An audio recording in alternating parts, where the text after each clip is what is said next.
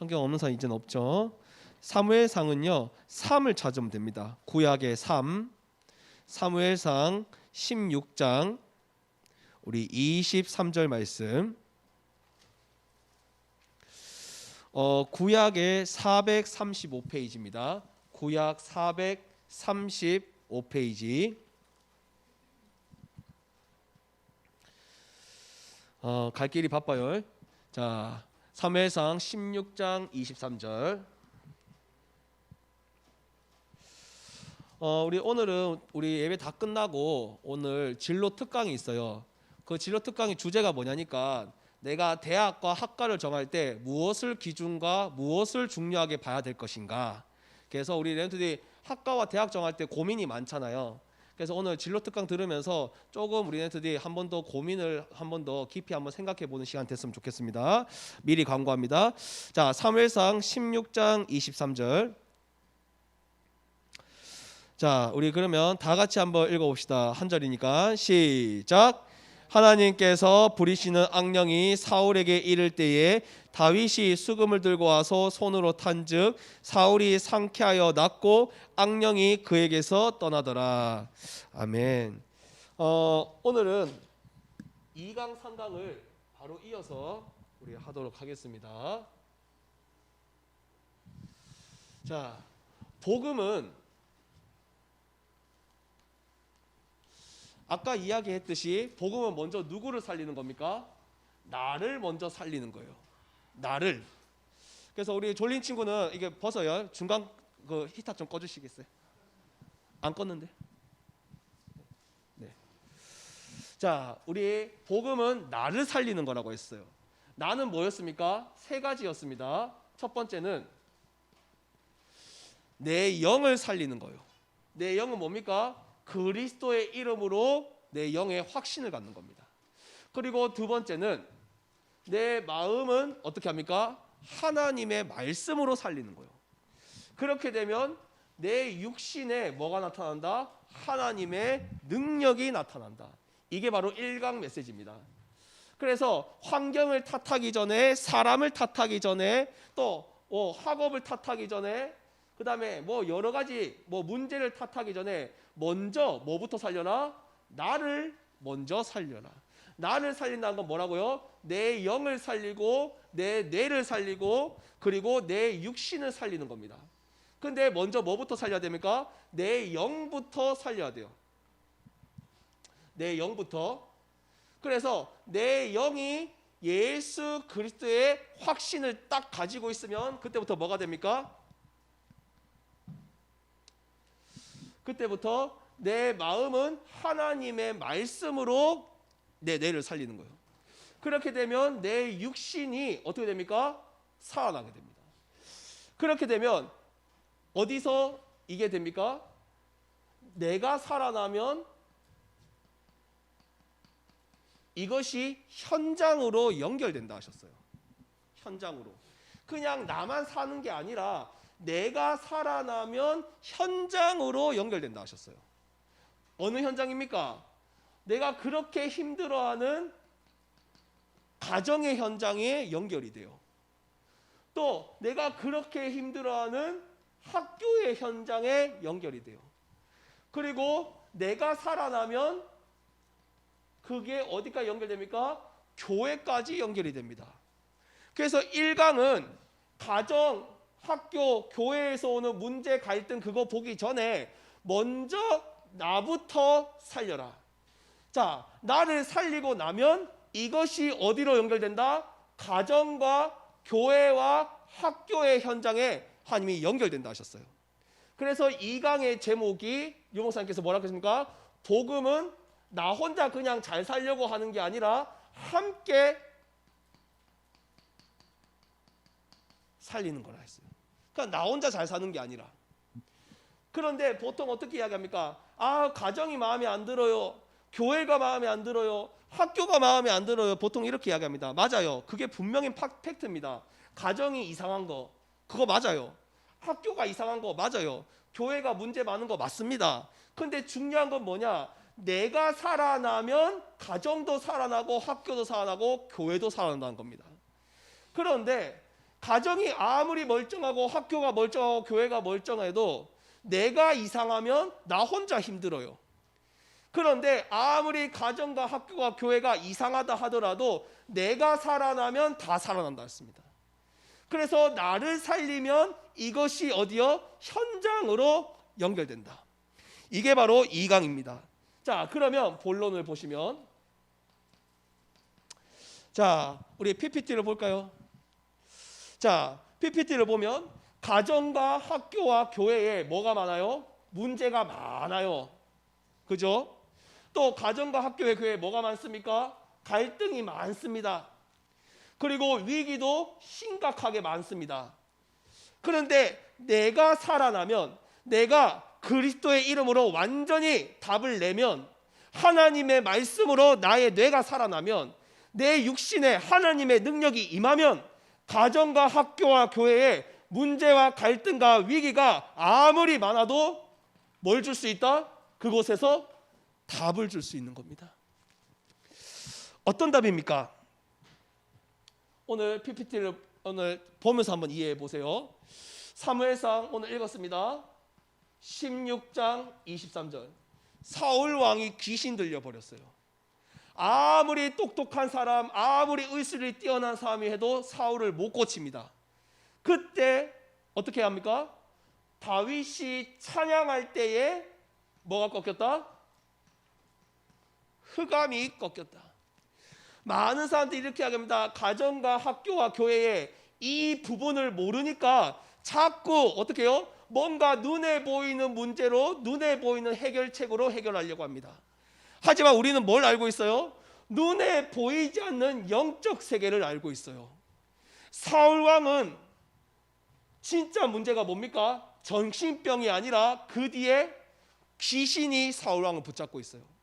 아무리 똑똑한 사람이 와도, 아무리 의술이 뛰어난 사람이 와도 어떻게 해요? 사울 왕을 고치질 못해요. 그때 다윗이 하나님 앞에 찬양할 때 흑암이 무너졌습니다. 우리 렘넌트들이 정말 내가 살아나면 내가 가는 모든 곳에 뭐가 꺾인다? 흑암이 무너지는 거예요. 이거를 모르면 자꾸 다른 답을 찾아요. 사울왕을 서울대병원에 찾아가면 될까? 지금 사울왕이 병들었는데 뭐 다른 걸로 자꾸 고쳐보려고요. 대단한 약, 대단한 의사. 그런데 아무도 못 고칩니다. 그런데 흑암이 무너지니까 사울왕이 고쳐졌어요. 그래서 사무엘상 우리 26장 우리 9절에서 12절, 아까 1강에서 잠시 언급했듯이 사울왕이 다윗을 그렇게 죽이려고 할 때 다윗은 사울왕을 몇 번이나 죽일 기회가 있었는데 어떻게 합니까? 살려줍니다. 살려주면서 뭐라고 이야기하냐? 나는 솔직히 사울왕을 쟤를 죽이고 싶다. 왜? 17년 동안 몇천 명의 군사를 풀어서 자기를 죽이려고 하는데 얼마나 때려 죽이고 싶겠어요? 근데 몇 번이나 죽일 기회가 있었어요. 다윗의 부하가 죽이자 했습니다. 근데 다윗이 죽이지 말자고 해요. 왜? 사울왕이 이뻐서? 아닙니다. 사울왕을 다윗도 진짜 찢어 죽이고 싶었어요. 그런데 안 죽입니다. 그러면서 하는 말이 뭐냐? 하나님이 대신 하실 것이다, 이렇게 이야기해요. 우리 렘넌트들이 가정과 학교와 교회에 진짜 찢어 죽이고 싶은 사람 있잖아요. 진짜 너무 마음에 안 드는 사람 있잖아요. 진짜 피 터지게 싸우고 싶은 사람 있잖아요. 그때 우리 렘넌트들이 어떻게 합니까? 내가 사울왕을 어떻게든 죽여보려고 합니다. 그러면 렘넌트들 손에 피만 묻히는 거예요. 피 묻힐 필요가 없습니다. 누가요? 하나님이 대신하시는 거예요. 다윗이 내가 하는 것보다 하나님이 대신한 걸 더 답이란 걸 알고 있었어요. 그래서 우리들이 가정과 학교와 교회에 정말 문제와 갈등과 위기가 심각할 때 내가 해결하려고 하지 말고 뭐다? 하나님이 대신하도록 문을 열어놔야 됩니다. 그걸 모르면 자꾸 내가 답인 것처럼 내가 자꾸 뭔가를 해결해 보려고 해요. 진짜 답은 뭡니까? 하나님이 해결하시는 게 진짜 답이요. 그래서 차라리 내가 하는 것보다 가만히 냅두는 게 나아요. 자, 세 번째는 뭡니까? 그래서 베드로전서 2장 9절 말씀에 하나님이 우리를 어두운 데서 불러내신 이유는 뭐다?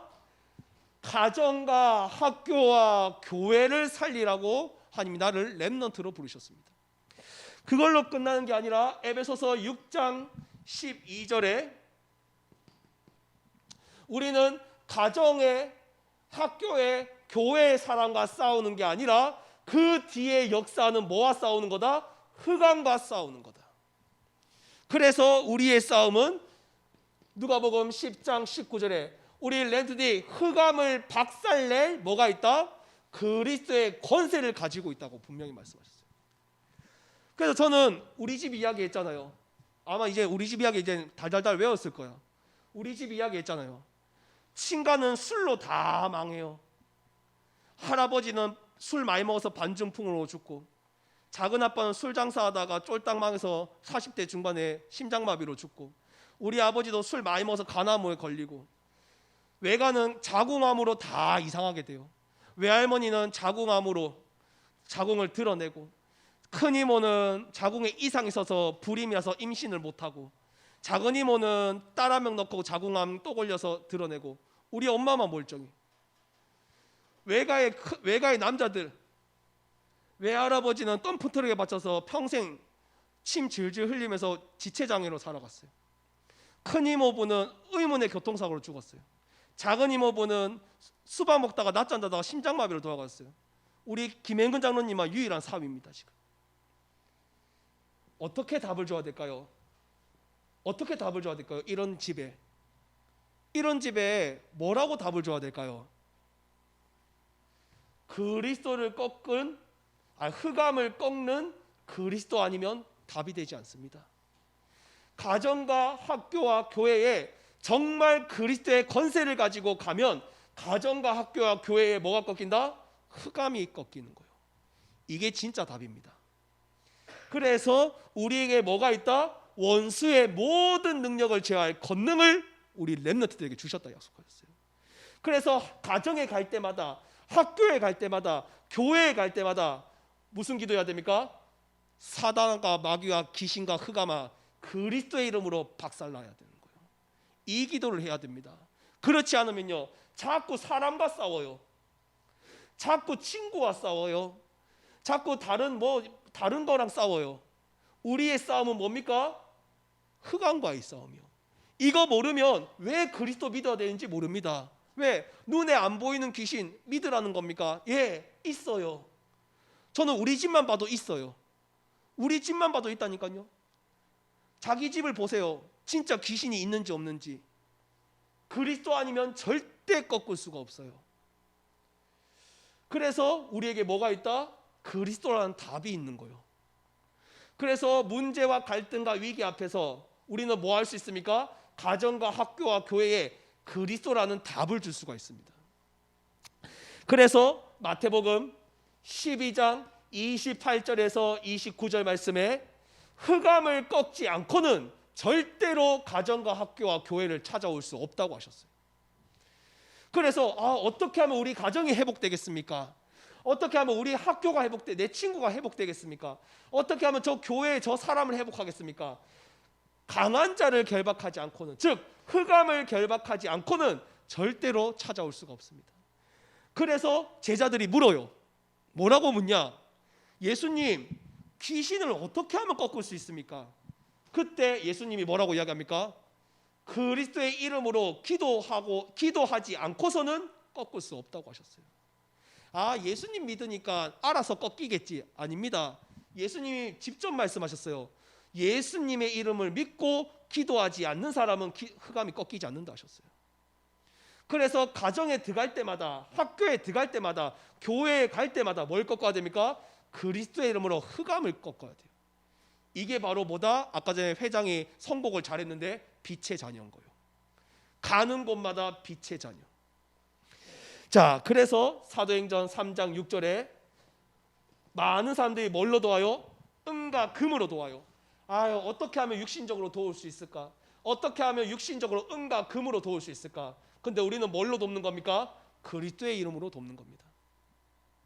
자, 그렇게 되면 문제와 갈등과 위기 앞에서 우리는 어떻게 그 사람을 살리냐?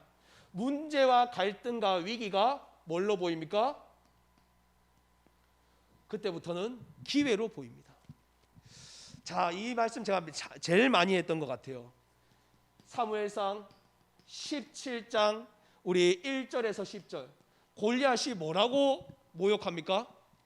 지연아, 뭐라고 모욕해요? 하나님과 하나님의 백성들 보고 뭐라고 모욕합니까? 진짜 하나님 있냐? 이렇게 모욕해요. 진짜 하나님 있으면 나한테 증거를 보여라, 이렇게 이야기해요. 나를 한번 이겨봐라, 이렇게 이야기해요. 아마 옆에 있는 잘난 친구들이 이렇게 이야기할 겁니다. 또 옆에 있는 많은 문제와 갈등과 위기가 나한테 그렇게 이야기하는 것처럼 보여요. 진짜 하나님 있냐? 하나님 있으면 정말 한번 증거를 보여봐라. 그런 식으로 나한테 얘기하는 것 같아요. 그걸 보고 뭐라고 합니까? 문제의 골리앗이라고 이야기합니다. 그런데 여기서 중요한 거는 하나님의 백성인데도 불구하고 세 종류의 사람이 나와요. 사무엘상 17장 우리 1절 11절에서 39절 세 종류의 사람이 나옵니다. 그 골리앗 앞에서 어떤 사람이 나오냐? 첫 번째는 골리앗이 그렇게 이야기하니까 두려워서 너무 겁나서 아무도 나서지 않고 피하는 사람이 나와요.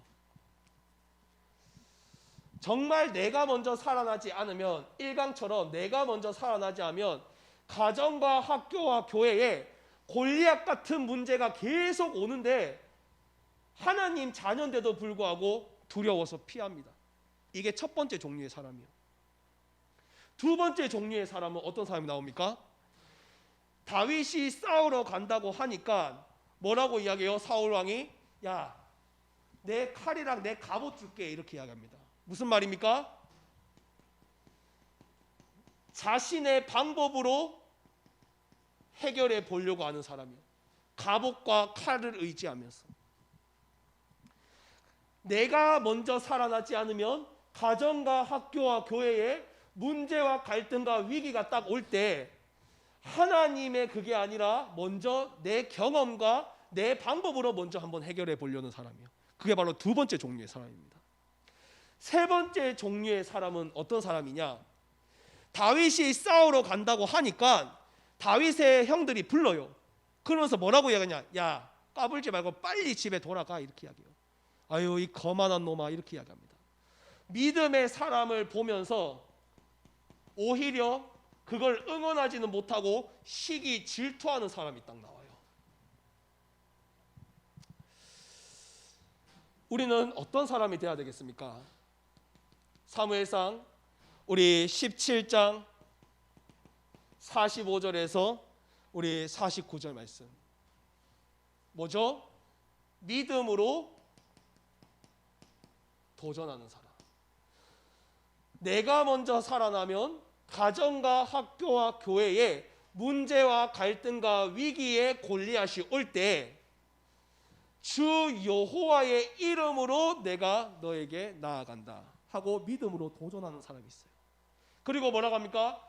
문제와 갈등과 위기에서 진짜 구원을 주시는 분은 하나님이십니다. 이렇게 도전하는 사람이 있습니다.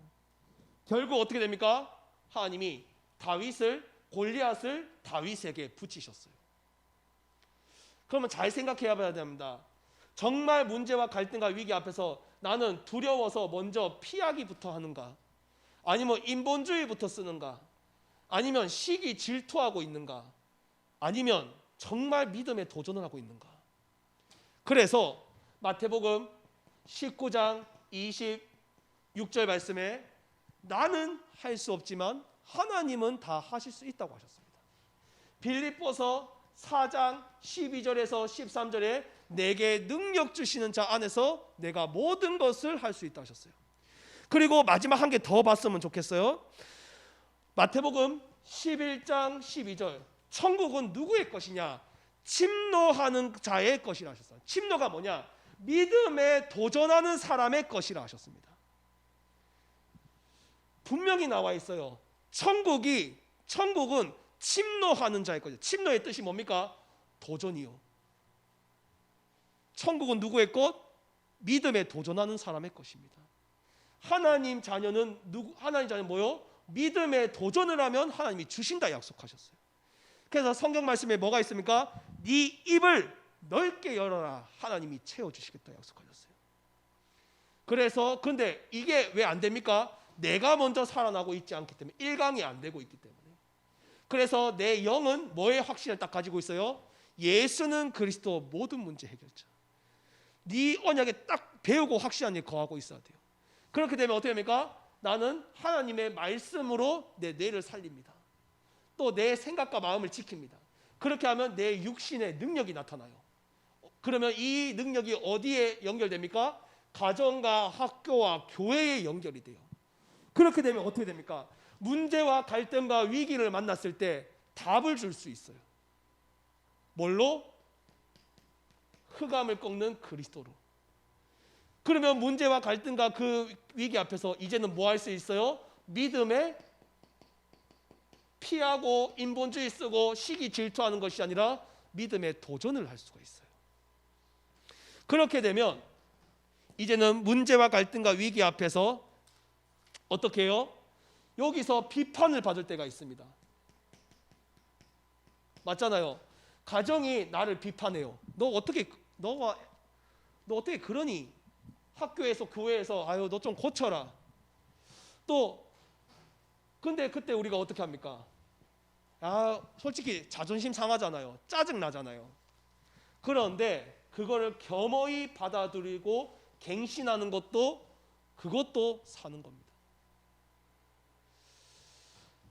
그래서 그것을 보고 그릇을 넓히는 거다 이렇게 이야기하는 거예요. 누구를 한번 볼까요? 그 다음 PPT 보면 사무엘하 우리 11장 우리 1절에서 24절 잘 알죠? 다윗이 자신의 부하 아내를 억지로 뺏어요. 너무 이뻐가지고. 그래가지고 몰래 하룻밤 잡니다. 자기 부하는 전쟁 나가 있는데. 그런데 임신을 해버렸네. 이거 덮어야 되잖아. 그래가지고 자기 부하를 어떻게 해서 죽여버립니다. 전쟁터에서. 가장 앞세워가지고. 아무도 몰라요. 그 아기가 자기 아기인지 그 부하 아기인지 몰라요. 그때 하나님이 나단이라는 목사님을 다윗에게 불러서 엄청나게 뭐라 합니다. 다윗이요 왕인데도 불구하고 그 목사님 앞에 바로 무릎을 꿇고 회개를 해요. 이걸 보고 뭐라고 합니까? 갱신이라고 합니다. 우리가 가정과 학교와 교회에 비판받을 때가 있어요. 그런데 정말 나를 살리는 사람은 그 비판 속에서 나를 갱신할 줄 아는 사람이에요.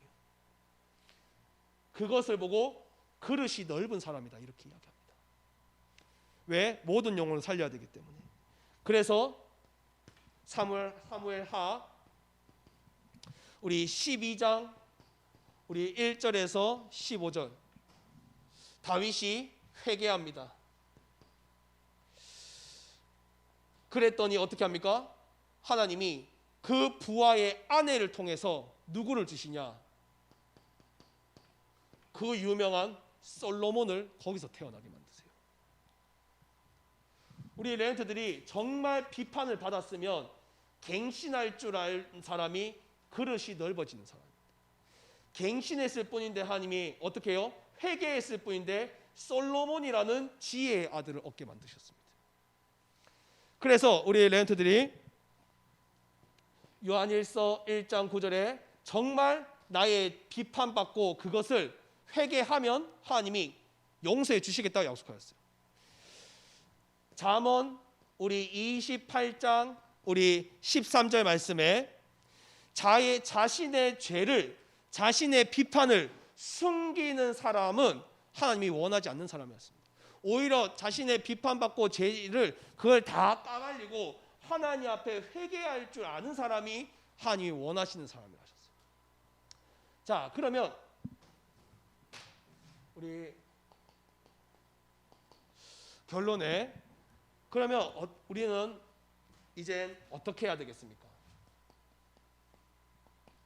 우리 1강은 하나님의 말씀을 듣고 읽고 쓰는 것으로 우리가 집중하셨어요. 자, 그러면 실제로 내는 살아났긴 살아났는데 가정과 학교와 교회에 문제와 갈등과 위기가 왔을 때 우리가 어떻게 답을 주고 어떻게 믿음에 도전을 하고 어떻게 갱신해야 되겠습니까? 그게 바로 우리 렌트들이 그렇게 지겹도록 들었던 3오늘입니다. 왜요?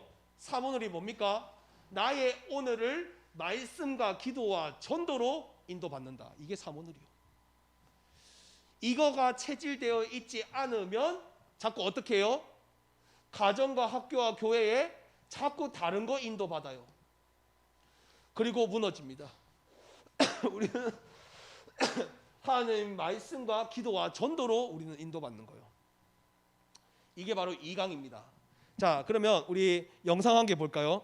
우리 오은영 박사님, 우리 한번 영상 한 개 봤으면 좋겠어요. 오은영이 누군지 알죠? 그 금쪽 같은 내 새끼에 나오는 또 그 무슨 요즘 무슨 상담소 뭐 그 요즘 주가가 높죠. 그 분의 이야기입니다. 자, 한번 봅시다.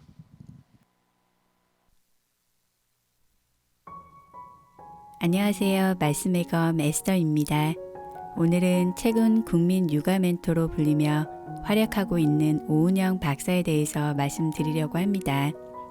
오은영 박사는 TV 프로그램 우리 아이가 달라졌어요로 널리 얼굴이 알려졌습니다. 이 방송을 2005년 시작해서 2015년까지 무려 11년이나 했습니다. 오은영 박사는 방송에 나가는 시간은 1시간이었지만 아이와 함께 12시간을 함께하면서 진심을 다했습니다. 가슴 아픈 아이와 가정에 대한 마음이 없었다면 결코 하기 힘든 일이었습니다. 그런데 오은영 박사는 이렇게 항상 웃는 얼굴로 육아에 대한 진심 어린 조언을 들려주었지만 그의 삶에는 숨겨진 큰 고난이 있었습니다. 오은영 박사는 33주 만에 팔싹둥이로 태어났습니다. 책 보면 잠 와요.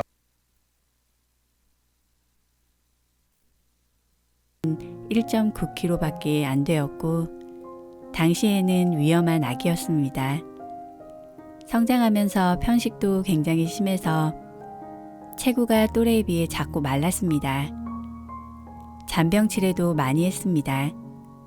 지금 보면 식습관 문제가 아니라 미숙하게 태어나서 감각이 과민하고 혀에도 문제가 많아서 그런 것 같다고 했는데 당시에는 그저 편식이 심해 마르고 약한 아이였습니다. 주위에서 쟤는 애가 왜 저렇게 빌빌거려 보여요? 어디 아파요? 하면 오은영 박사의 아버지는 제가 팔싹둥이로 태어났잖아요. 그런데도 달리기를 엄청 잘해요 라고 맞받아 쳤습니다. 또한 아버지는 제가 3살에 한글을 뗐어요. 왜 한 명에도 칠싹둥이였잖아요 라고 하셨습니다. 아버지는 부족한 딸에게 큰 힘이 되어주는 존재였습니다. 지금도 오은영 박사는 아버지의 따뜻한 말 한마디와 사랑이 어린 자신에게 얼마나 큰 힘이 되었는지를 고백했습니다. 그런데 중1 때의 어느 날 밤 아버지가 갑자기 6살 위 오빠와 자신을 방으로 불렀습니다. 아버지는 위험 판정을 받아서 내일 수술을 하러 병원에 가신다고 했습니다. 지금은 암이 걸려도 생존율이 높지만 당시만 해도 암은 거의 살 수 없는 죽는 병이었습니다. 아버지는 매달 월급을 쪼개 넣은 적금 통장을 여러 개를 내밀었습니다.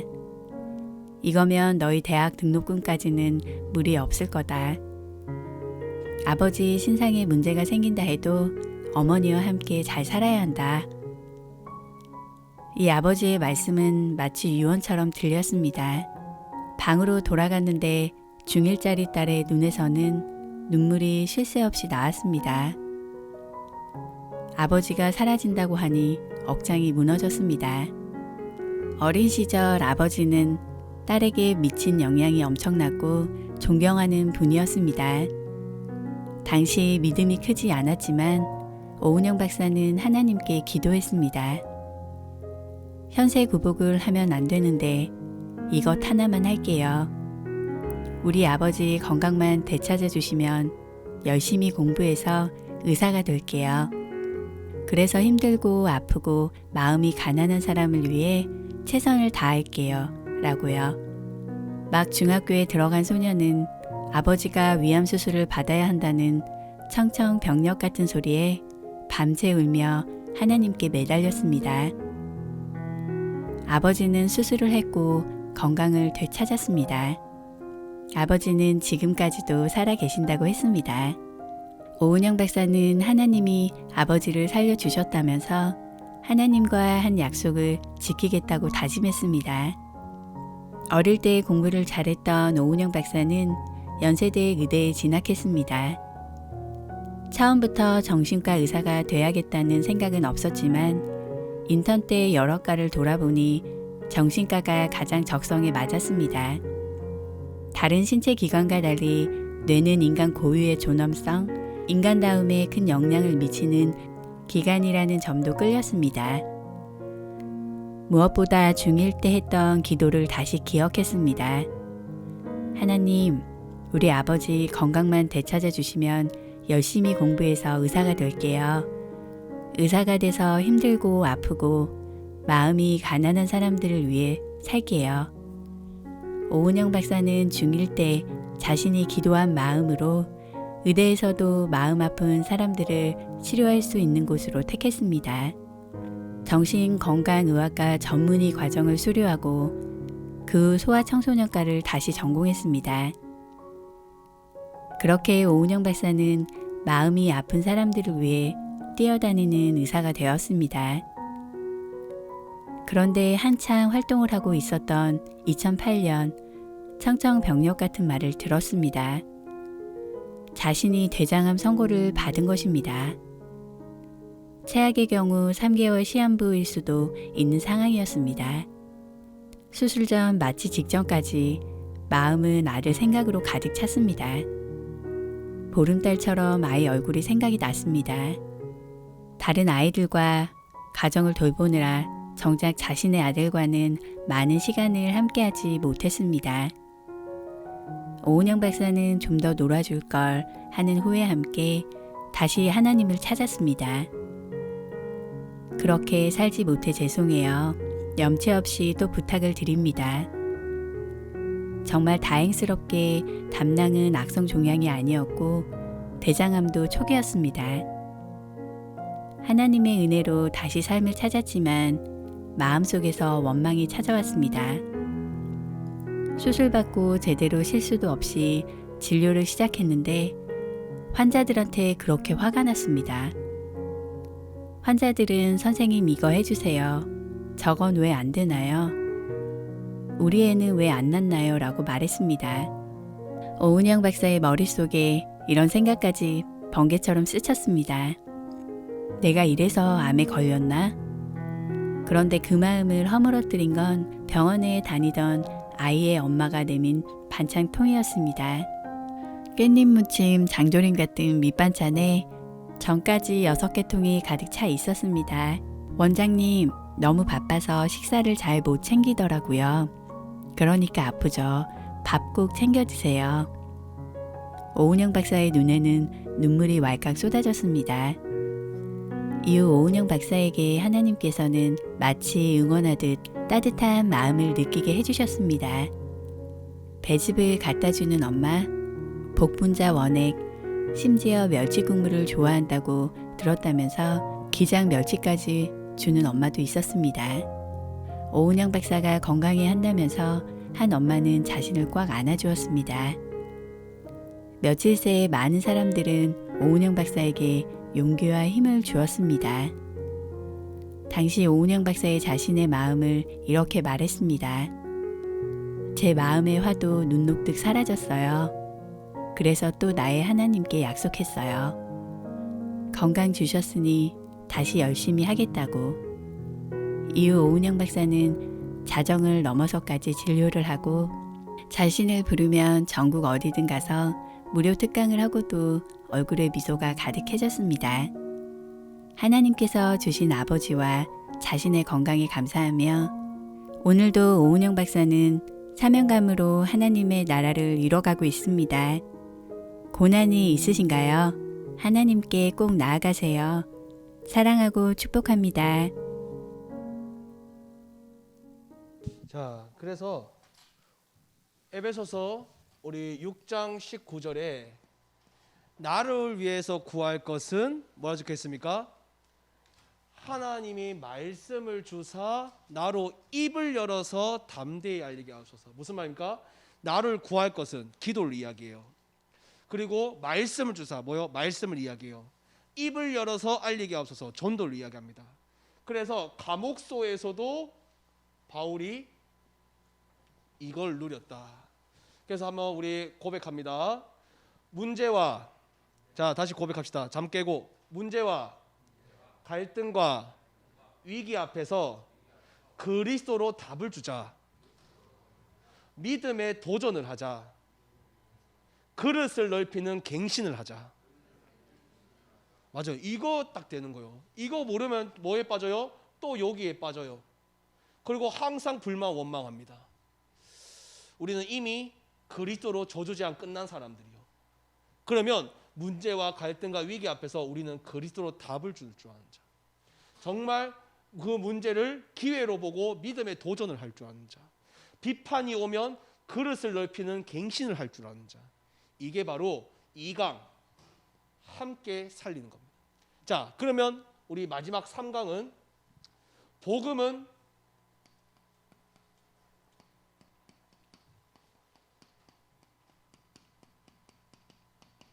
시대를 살리는 거라 하셨어요. 시대를 살린다는 건 무슨 말입니까? 시대를 살린다는 거. 참 말이 어렵죠. 시대를 살린다는 거. 다윗은 자기 자신과 그 다음에 관계된 현장만 살린 게 아니라 그걸 넘어서 시대를 살렸습니다. 시대를 살렸다는 건 무슨 말일까요? 시대를 살렸다는 말은 첫 번째는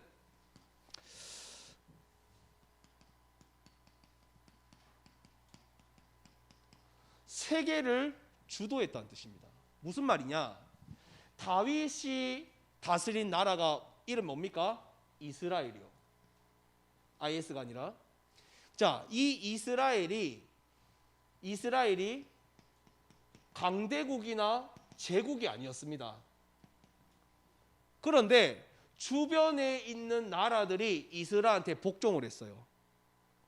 강대국이나 제국이 아닌데 이스라엘이 복종을 했어요. 왜 그러냐?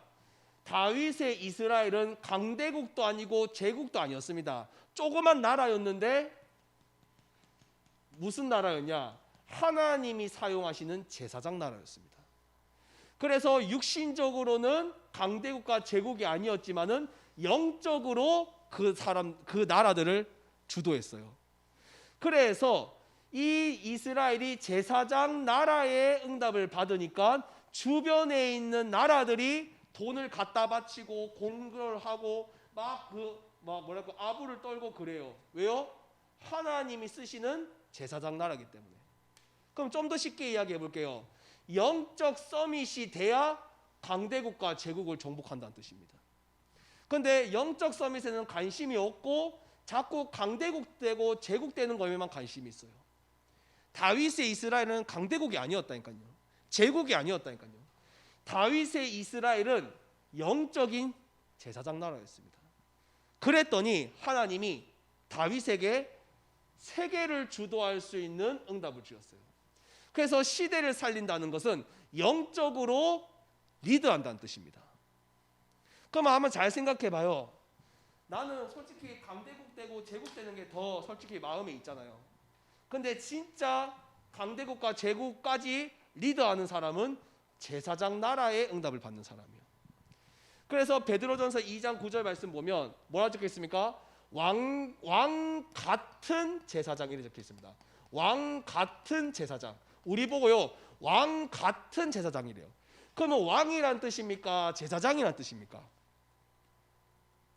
왕 같은 제사장이 아마 왕이란 뜻이에요, 제사장이란 뜻이에요. 결국에는 제사장이란 말이에요. 왕 같은이니까 왕은 아니고 결국엔 제사장이란 뜻이래요. 그런데 우리는 보통 뭐에 관심이 있어요? 제사장 같은 왕, 여기에 더 관심이 많아요. 제사장보다는 사실은 왕에 더 관심이 많아요. 우리는 왕 같은 제사장이요. 우리는 성공한 우리는 전도자가 성공한 전도자지 우리는 전도하는 성공자가 아니란 말이에요. 근데 자꾸 뭐요? 우리는 왕 같은 제사장인데 자꾸 제사장 같은 왕 되길 원해요. 즉 강대국과 제국만 되길 원하지 제사장 나라가 되고 싶지 않아요. 그런데 하나님은 제사장 나라에게 모든 축복을 쏟아 부었습니다. 그래서 이거 하라는 거예요. 내가 영적인 서밋이 되면 뭐요? 즉 제사장 나라가 되면 주도한단 말이에요. 자, 두 번째는 시대를 살린다는 건 뭡니까? 시대를 살린다는 것은 정말 내가 나의 경제를 어디에 투자할 줄 아는지 아는 사람이에요. 다윗의 모든 받은 경제를 다윗이 어디에 투자했어요? 교회 짓는 데에 투자했어요. 왜요? 그것이 곧 내가 죽고 나서 후대들이 축복받는 방법이기 때문에. 다윗이 뭐에 딱 마음이 아파했습니까? 하나님의 언약궤는 천막에 있구나, 그거에 마음 아파했어요. 아무도 그거에 마음 아파하지 않는데. 그래서 다윗이 뭘 준비합니까? 성전 건축을 준비합니다. 그리고 이걸 누구한테 넘겨주냐? 솔로몬한테 그걸 넘겨줘요. 솔로몬이요 얼마나 많은 축복을 받았는지 잠언과 전도서를 읽어보면 돼요. 솔로몬이요 잠언 전도서 1장 2절에 보면 이래 적혀 있어요. 내가 진짜 모든 것 다 있는데 헛되고 이렇게 표현할 만큼 안 해본 게 없대. 진짜 솔로몬은 최고의 응답을 받았어요. 왜요? 자신의 아버지가 이 성전, 즉 뭐에 투자한지, 뭐에 어떤 하나님의 축복에 투자한지 알고 있었기 때문에. 그럼 우리 잘 생각해봐요. 내가 진짜 돈 벌면 내가 도대체 왜 돈 벌어야 되는지. 좀 전에 진로 특강 하는데 도대체 내가 왜 돈 벌어야 되는지. 우리 교회 잠시 떠나가 있는 우리 대학생, 우리 렌터 중에 중고등부 때 그 친구가 제가 알기로는 솔지 때부터 다닌 친구로 알고 있는데 고등학교 때인가 저한테 그런 얘기를 한 적이 있어요. 자기는 돈 버는 이유가 차 살려고 돈 번대요. 앞으로 돈 벌려고 하는 이유가. 왜? 그러니까 차가 뭐가 그래 중요한데, 그러니까 자기는 차가 그렇게 중요하대요. 그렇게 좋대요. 그래서 자기는 몇 년에 한 번씩 바꿀 만큼 차를 사고 싶대요. 그게 자기 인생에 사는 이유래요. 나는 근데 막 전도에서 온 애가 아니라 솔지 때부터 커온 애가 그런 얘기를 하더라니까요. 너무 충격이더라고, 속으로. 진짜 내가 왜 돈 벌어야 됩니까? 진짜 왜 돈 벌어야 됩니까? 진짜로. 진짜 하나님의 축복을 받는 곳에 우리가 투자하는 겁니다. 자, 세 번째는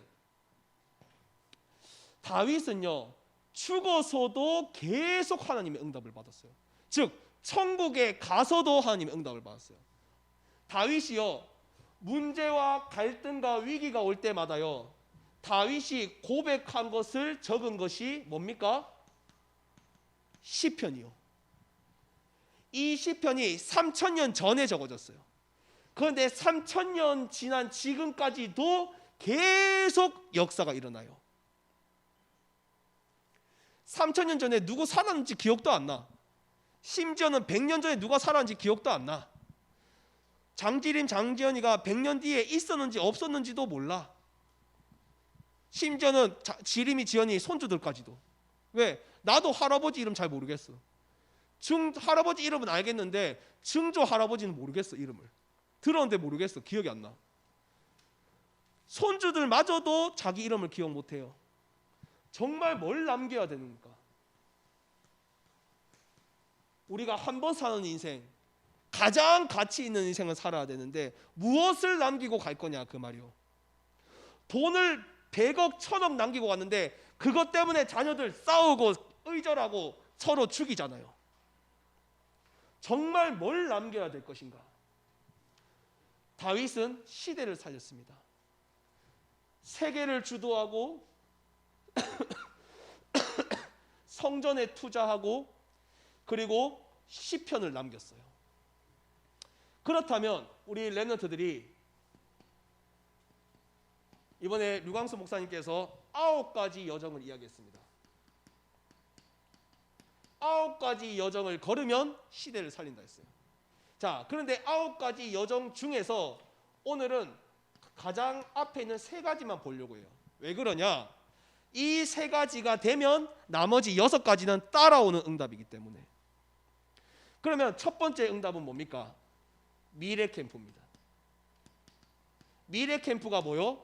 앞으로 올 미래를 하나님의 보좌와 말씀으로 정확히 보는 것을 보고 미래 캠프라고 이야기해요. 앞으로 어떤 미래가 오는지 이번에 좀 있으면 영상 한 개 볼 건데, 이제 연예인도 이젠 점점 직업이 없어져요. 가상 인간이 이제 그걸 대체합니다. 앞으로 이 미래를 어떻게 볼 거냔 말이요. 앞으로 어떻게 볼 거냔 말이요. 선생님이랑 대학교 때 술 먹고 노는 친구 중에 군대 갔다 와서 제일 먼저 정신 차린 친구가 있어요. 술 먹자 놀자 해도 안 와. 그렇게 잘 놀던 친구가.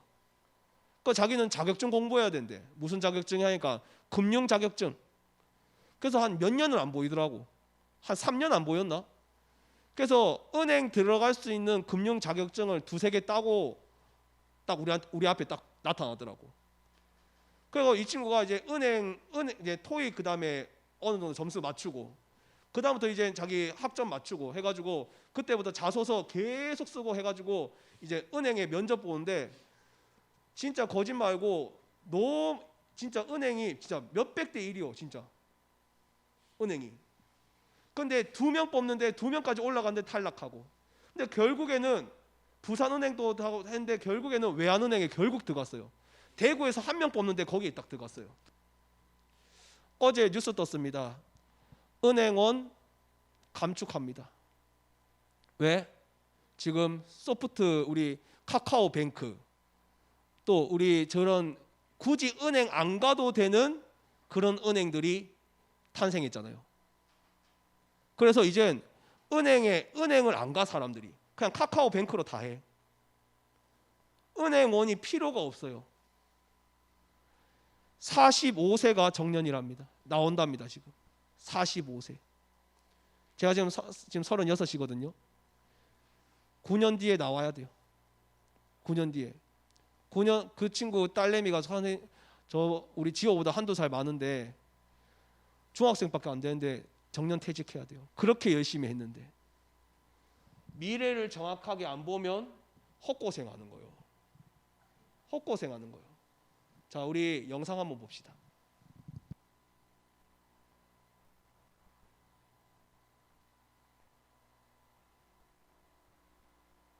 I'm Rhea, a songwriter and DJ. And being a musician, you know, traveling is a big part of my life. And it's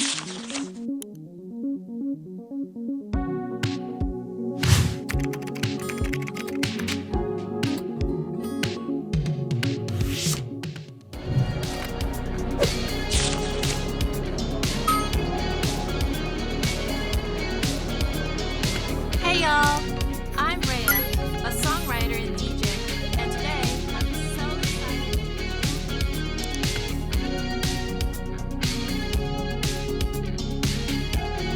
Oh, hey, Rhea. Some parties back on. So until then, I'm gonna chill in my studio and work on my videos and stuff. Which is why you see.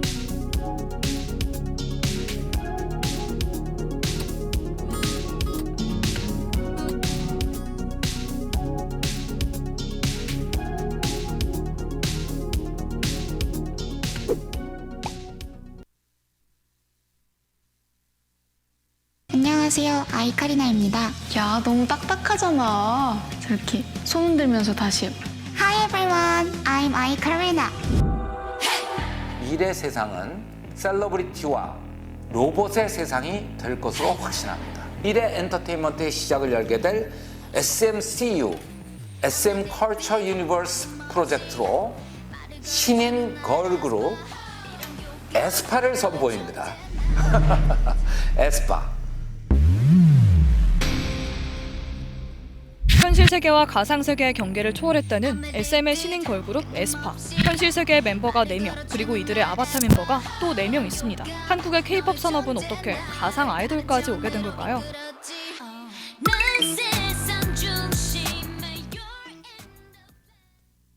안녕하세요, 아담입니다. 태초에 사이버 가수 아담이 있었습니다. 키 178, 몸무게 68, 혈액형은 O형. 대한민국 최초의 사이버 가수라는 타이틀에 가창력까지 뛰어나 큰 인기를 끌었습니다. 사이버 가수라고 해봐야 3D 영상에 사람의 목소리를 입힌 수준이었지만 당시 기술로는 제작비가 너무 많이 든 탓에 얼마 지나지 않아 조용히 사라졌다. 몇 년이 흐르고 보컬로이드라는 게 등장했습니다. 실제 가수가 뒤에서 노래를 부르는 아담과 달리 보컬로이드는 음성 데이터를 바탕으로 합성을 해서 노래를 만들 수 있는 기술이죠. 사람 목소리를 악기처럼 쓰는 거라고 생각하면 될 것 같습니다. 이 목소리엔 여러 캐릭터의 버전이 있었는데요. 이 중에서 가장 히트를 친 캐릭터가 바로 하츠네 미쿠. 이에 반 폴카라는 노래가 엄청나게 히트하면서 대중적인 인기를 끌죠.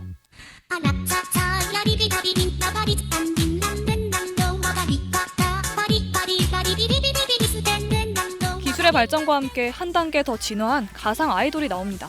롤게임 캐릭터로 구성된 4인조 걸그룹 KDA입니다.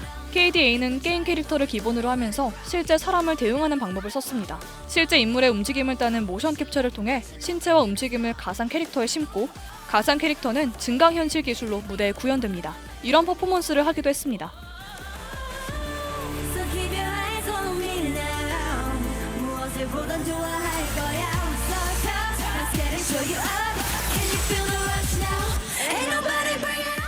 SM의 신인 걸그룹 에스파는 이 연장선에 있습니다. 가상 아이돌은 여러 장점이 있습니다. 첫 번째, 팬덤 기반의 아이돌 콘텐츠를 더 풍성하게 만들 수 있습니다. 아이돌이 만들어내는 콘텐츠는 단순히 노래나 공연만 있지 않습니다. 멤버들을 캐릭터 삼아서 여러 가지 이야깃거리를 만들어내야 하죠. 예전에 엑소가 처음 데뷔할 때 혹시 기억하시나요? 엑소는 멤버마다 순간이동이나 빙결 등 판타지에서 나올 법한 초능력을 가지고 있다는 설정으로 나왔습니다. 관심 없는 사람이라면 웃기는 소리처럼 들리겠지만 팬들은 엑소 세계관을 기반으로 2차 창작물과 굿즈를 만들었습니다. 멤버의 초능력이 불이면 팬들은 콘서트장에서 붉은색 응원봉을 흔들었죠. 이렇게 한국 아이돌의 콘텐츠는 이미 팬덤과 상호작용하면서 다양하게 만들어집니다. 가상 공간, 가상 캐릭터를 중요하게 쓰는 에스파는 훨씬 더 자유로운 콘텐츠 활용이 가능하죠. 두 번째 장점, 가상 아이돌은 돈이 덜 듭니다. 기본적으로 아이돌은 돈이 엄청 많이 들어갑니다. 장기간의 연습부터 성형수술, 다이어트, 외국어 교육, 언론 대응 방식 등 엄청 빡센 트레이닝이 포함되어 있죠. 하지만 가상 아이돌은 이 단계를 전부 다 건너뛸 수 있습니다. 만들어진 이후엔 사람처럼 수면을 하면서 일을 할 필요도 없습니다. 24시간 일을 할 수 있는 거죠. 관리도 필요 없죠. 춤 연습도 필요 없죠. 다이어트도 필요 없습니다. 나이도 안 먹고요. 아이돌이라면 피할 수 없는 인성 문제에서 자유롭다는 장점도 있습니다. 최근 한 걸그룹 멤버가 갑질 논란으로 인성 문제가 터졌잖아요. 가상 아이돌은 그럴 일이 없습니다. 학교를 간 적이 없으니 학폭 이슈에 걸릴 일도 없을 거고 사람이 아니니 연애를 할 일도 없습니다. 컴퓨터 프로그램이 마약을 하겠어요? 어쩌겠어요? 좋아 보이죠? 문제도 당연히 있습니다. 가장 큰 건 성적 대상화 논란입니다. 이미 아이돌은 상당히 높은 수준으로 성애화된 신체 이미지를 요구받고 있습니다. 꾸준히 지적되는 노출 문제가 있잖아요. 가상 여성 캐릭터는 더합니다. 보통 디지털 게임 속 여성 캐릭터 역시 관습적으로 육체를 드러내는 복장으로 그려지는데요. 가상 아이돌은 이 안 좋은 점을 다 가지고 있습니다. 공식 데뷔 전에 SM에서 공개한 에스파의 멤버 사진입니다. 가상 캐릭터들은 실제 사람보다 여성적인 특성을 과장한 이미지로 구현되어 있습니다. 노출도 더하고요. 이 자체로도 논란의 여지가 있지만 이 가상 캐릭터들에 연결된 실제 사람이 있고 그중엔 미성년자들도 있다는 게 더 문제가 됩니다. 포르노로 소비될 위험성도 기존 아이돌보다 큽니다. 비교적 최근에 제기된 딥페이크 문제도 있지만 기술이 발전하기 전부터 애니메이션이나 3D 캐릭터 기반의 창작물이 성인물로 가공돼서 소비된 역사는 무척 깊습니다. 에스파는 여기에 훨씬 더 취약하고요. 거대 기획사 SM이 내놓은 아이돌인 만큼 데뷔부터 여러 논란을 불러 모으고 있습니다. 흥미롭다는 반응과 이상하다는 반응 사이에 서 있는 에스파. 앞으로 어떤 모습을 보여주게 될까요? 댓글 많이 남겨주세요. 지금 리콜 시간 끝난다. 유튜브 프리미엄에서는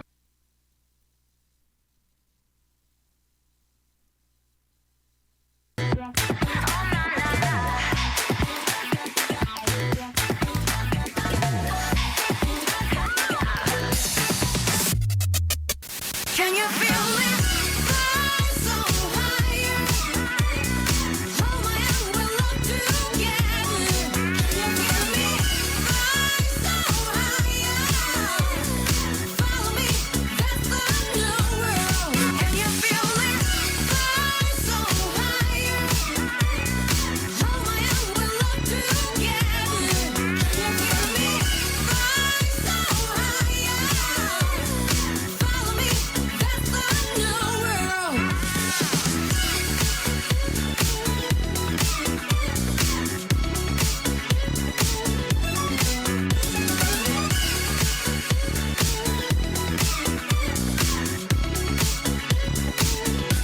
higher. Hold my hand, we'll look together. Can you feel me? Fly so higher. Follow me, that's the new world. Can you feel it? Fly so higher. Hold my hand, we'll look together. Can you feel me?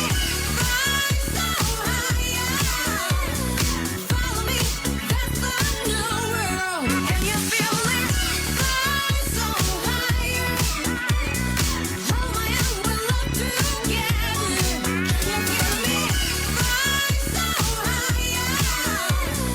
Follow me, that's the new world. 감봉이네요. 꺼주세요.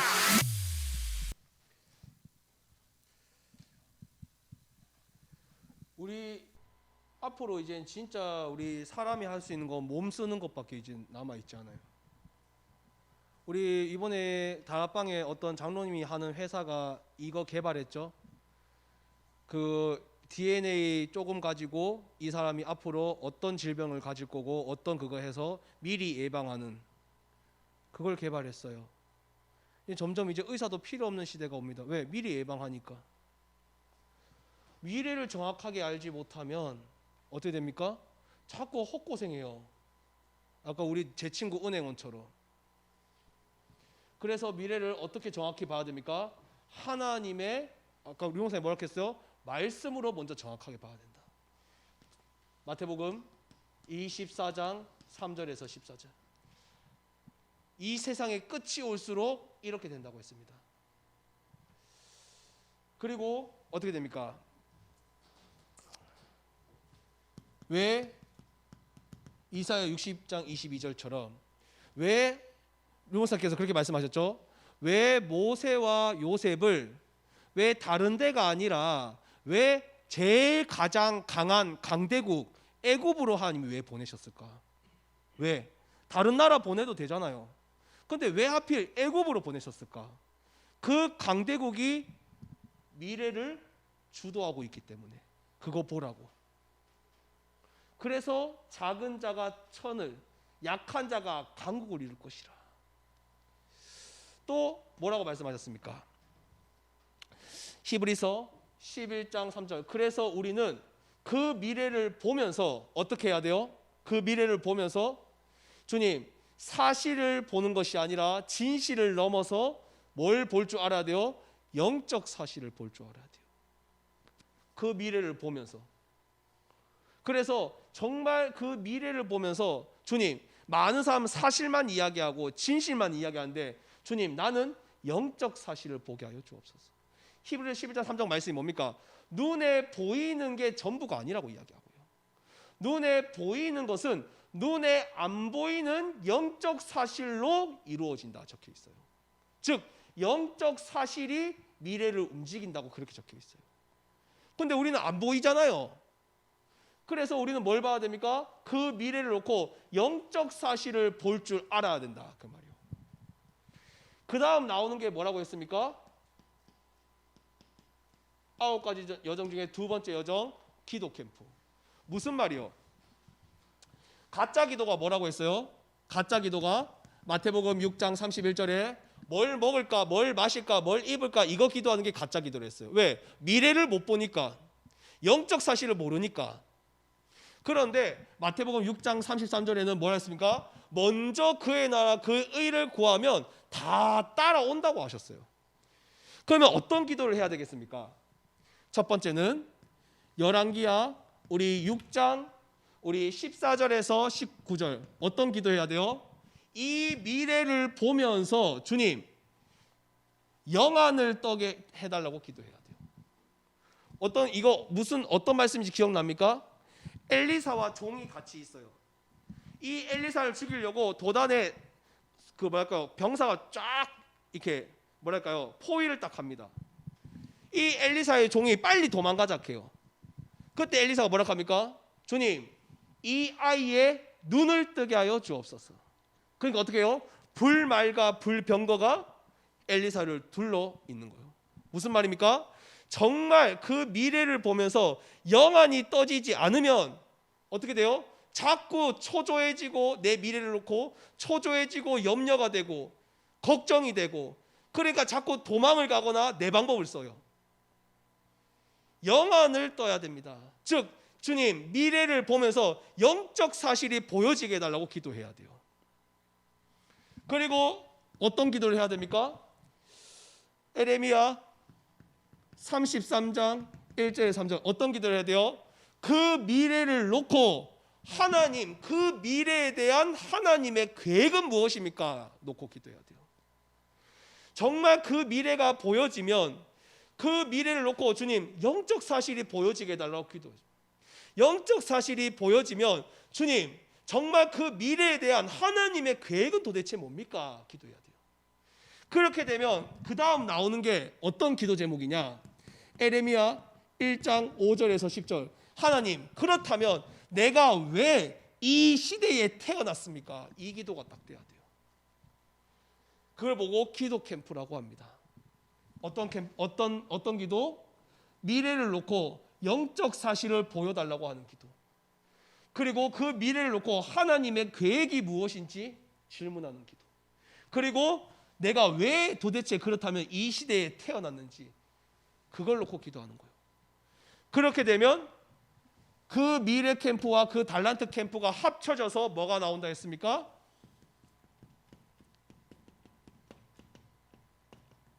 달란트 캠프가 나온다 했어요. 달란트 캠프는 뭡니까? 즉, 미래가 어떤지 보여졌죠. 그 다음에 정확하게 지금 어떻게 기도하고 있죠. 그러면 뭐가 딱 되냐? 지금 나에게 주어진 오늘이 얼마나 소중한지 보여요. 즉 오늘을 살리게 됩니다. 오늘을 살린다는 건 무슨 말일까요? 오늘을 살린다는 건 이 미래와 이 기도 캠프가 되어진 사람은 뭐가 딱 돼요? 먼저 해야 될 것과 나중에 해야 될 것을 딱 구별할 줄 알아요. 그리고 뭐가 더 중요하고 뭐가 더 안 중요한지 딱 구별이 됩니다. 이걸 보고 뭐라고 이야기하냐? 우선순위가 뭔지 안다. 그렇게 이야기하는 거예요. 그러면 어떻게 됩니까? 두 번째는 먼저 해야 될 것과 중요한 것이 딱 보이면 그때부터는 뭐가 딱 돼요? 갈라디아서 6장 7절에서 9절에 지속하고 있으면 돼요. 지속하고 있으면 9절 말씀에 때가 되면 하나님이 이루시겠다 약속하셨어요. 그리고 그렇게 되면 뭘 이루십니까? 잘 보세요. 하나님이 쓰임 받은 사람들, 가죽 장사 시몬, 바느질했던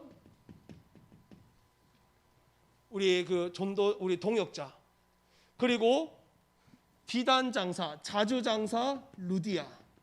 이 별거 아닌 건데 하나님이 축복해 버리니까 빛의 경제가 됐단 말이에요. 이걸 보고 뭐라 한다? 달란트 캠프. 우리 달란트라 하면 뭐 대단하고 멋진 달란트만 바라는데 이 미래 캠프와 기도 캠프가 되어진 사람이 뭐가 돼요? 달란트 캠프, 즉 작은 거라도 지속하고 있는데 하나님이 그곳에 축복을 해주시는 거예요. 자, 그러면 우리 결론에 어떻게 해야 되겠습니까? 미래를 어떻게 우리가 정확하게 볼 수 있을까요? 신문 읽으셔야 됩니다. 신문 읽으셔야 돼요. 세상이 어떻게 돌아가는지 아셔야 됩니다. 신문 읽으셔야 돼요. 예전에 우리 미션홈에서 했던 건데 신문 읽어야 돼요. 이번에 우리 미션홈 때 다시 한번 좀 부활시키고자 하는데 예전에는 그냥 맡겼지만은 이번에는 포럼으로 영적 사실을 같이 이야기 좀 할까 싶어요. 예전엔 팀끼리 이렇게 했는데 이번에는 다 같이 한 사건을 놓고 포럼을 하면서 영적 사실이 어떻게 도달되는지 한번 보고 싶어요. 신문 읽으셔야 돼요. 신문 보셔야 됩니다. 휴대폰을 보더라도 네이버로 신문 보셔야 돼요. 이 세상이 어떻게 돌아가는지 알아야 돼요. 이거 모르면 자기 혼자 바보요. 세상은 대통령이 바뀌고 일에 바뀌고 통일이 되고 전쟁이 나는데 자기 혼자 바보요. 자기 혼자 바보요. 고등부는 신문 읽으셔야 돼요. 종이로 된 거 못 읽겠으면 휴대폰으로 네이버 기사라도 봐야 돼요. 세상이 어떻게 돌아가는지 알아야 돼요. 지금 아니면 지금 자기 혼자 바보 된다니까요. 미래를 모르니까. 자기 혼자 사법고시 다 폐지되는데 자기 혼자 사법고시 공부한다고 이야기해요. 은행원 이젠 45세 정년이라고 하는데 자기 혼자 은행원 된다고 이야기해요. 신문을 안 봐서 세상이 어떻게 돌아가는지 몰라서. 신문 보셔야 됩니다. 두 번째는 어떻게 실천사항 해야 되겠습니까? 3가지 기도해야 됩니다. 어떤 기도요? 신문을 보면서 뭘 기도해야 돼요? 주님, 영적 사실 보여주게 해달라고 기도해야 돼요. 그리고 무슨 기도해야 됩니까? 거기에 대한 하나님의 계획이 뭡니까? 기도해야 돼요. 그리고 뭘 기도해야 됩니까? 거기서 내가 해야 될 일이 뭡니까? 기도해야 돼요. 그렇지 않으면 그냥 졸졸졸 돈 따라가다가 제 친구처럼 쫄딱 망해요. 졸졸졸 친구 말 따라가다가 쫄딱 망해요. 부모님 선생님 말 따라가다가 망해요. 하나님의 인도 받으셔야 돼요. 내가 왜 이 시대에 태어났는지, 미래를 놓고 내가 뭘 해야 되는지, 도대체 내가 뭘 남겨야 되는지. 그리고 3번째 뭐 하면 되겠습니까? 그렇다면 이제는 보이면 이제 뭐 해야 됩니까?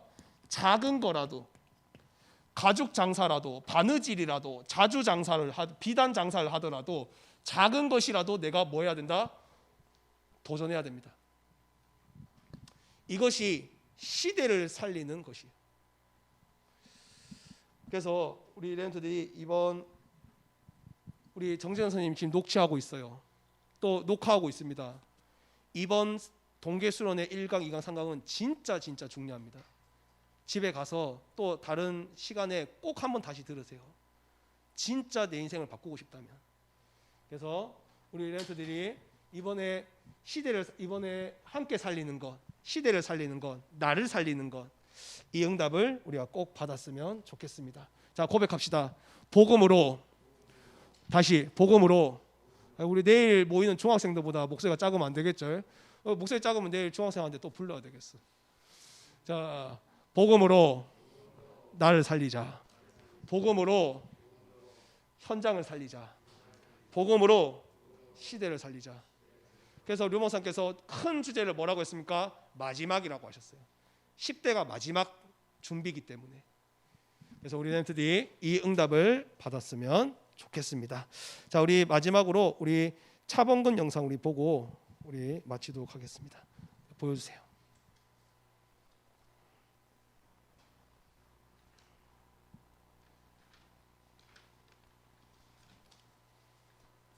메스터입니다. 오늘은 한국 축구의 전설적인 스타 차범근 감독에 대해서 말씀드리려고 합니다. 차범근 감독은 인생에서 가장 소중히 여기는 것은 3가지가 있다고 말합니다. 축구, 가족, 그리고 신앙입니다. 차범근 감독은 늘 난 집, 교회, 축구밖에 모른다고 입버릇처럼 말했습니다. 하나님에 대한 독실한 믿음과 절제된 생활은 차범근 감독을 만들었습니다. 과거 선수 시절 하나님을 믿지 않았습니다. 평소 차범근 선수 전도를 놓고 기도하고 있던 이강욱 목사는 조카 이영무 선수와 함께 차 선수의 집에 찾아갔습니다. 차범근 선수에게 말씀을 전하기 시작했지만 전혀 듣지 않았습니다. 하나님이 계심을 믿느냐는 이강욱 목사의 질문에 하나님을 보여달라고 말했습니다. 이강욱 목사는 하나님에 대해 설명했지만 차범근 선수는 갑자기 TV를 켜고 보기 시작했다. 이강욱 목사는 물러서지 않고 2시간 동안 생생한 복음을 전했습니다. 차범근 선수는 듣기 싫다며 오디오까지 켰지만 그럴수록 더욱 크게 전했습니다. 그리고 다시 한번 차범근 선수에게 물었다. 차 선수 하나님을 믿습니까? 아니요. 차범근 선수에게 복음을 전하는 것은 그렇게 실패하는 듯 보였습니다. 그런데 7개월 후 신문을 보니 차범근 선수가 무릎 부상으로 수술을 한다는 내용이 있었습니다. 고3 때 다친 무릎이 완치 못한 상태에서 무리하게 계속 운동을 하면서 염증과 멍이 생겼던 것입니다. 부상을 알면서도 당시 월드컵 예선에서 뛰었던 차범근 선수는 뛰지 못할 정도로 심해졌습니다. 전국에서는 차범근의 황금다리가 고장났다는 보도가 이어졌습니다.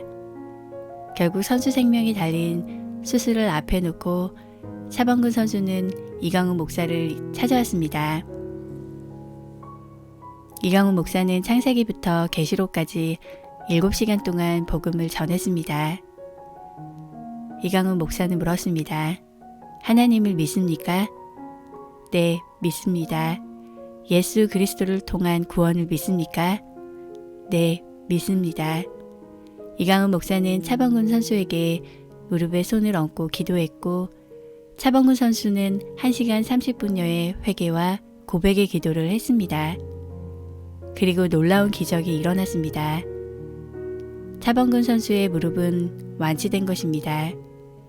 예수 그리스도를 영접한 차범근 선수는 진실한 신앙이 생겼습니다.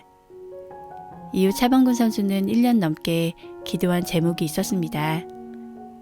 선진 축구를 배우고 싶으니 독일 분데스리가에 보내달라고 계속 기도했습니다. 한국 축구의 문제점으로 허구한 날 골 결정력 부족이니 문전 처리 미숙이니 하는 얘기를 들을 때마다 가슴이 아팠기 때문입니다. 결국 하나님은 차범근의 기도를 들어주었습니다. 독일로 건너가 TV에서만 보던 선수들과 정신없이 뛰면서 하나님의 은혜를 체험했습니다. 프랑크 프루트 팀에서 100넘버 11번을 달고 뛰면서 79에서 80 시즌 12골로 득점 7위에 올라 독일 언론으로부터 차붐이라는 애칭을 얻었습니다. 이어 80년 세계축구 베스트 11일, 85, 86 시즌 분데스리가 MVP, 키커지 선정 80년대 가장 위대한 선수 등을 거쳤습니다.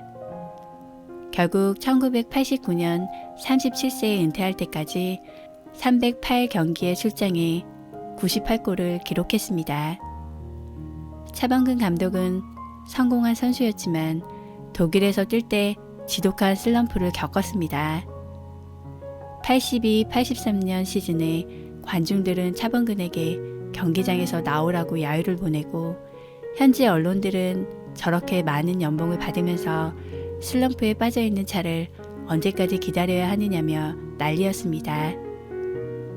그동안 살면서 그때보다 힘든 적은 없었다고 했습니다. 당시에 너무 힘들어 세상과 단절한 채 기도에 매달렸습니다. 주변의 모든 것을 끊고 하나님만 의지했습니다. 결국 인생의 바닥까지 내려갔다가 하나님의 은혜로 회복되는 체험을 했다고 고백했습니다. 이후 수많은 어려움을 겪었지만 늘 기도의 자리에 있었습니다. 차범근 감독은 한국 축구의 레전드가 되고 놀라운 역사를 쓴 데는 하나님의 역사하심이 있었습니다. 오늘도 하나님과 동행하세요. 하나님은 당신의 인생에서 역사를 쓰기를 원하십니다. 사랑하고 축복합니다.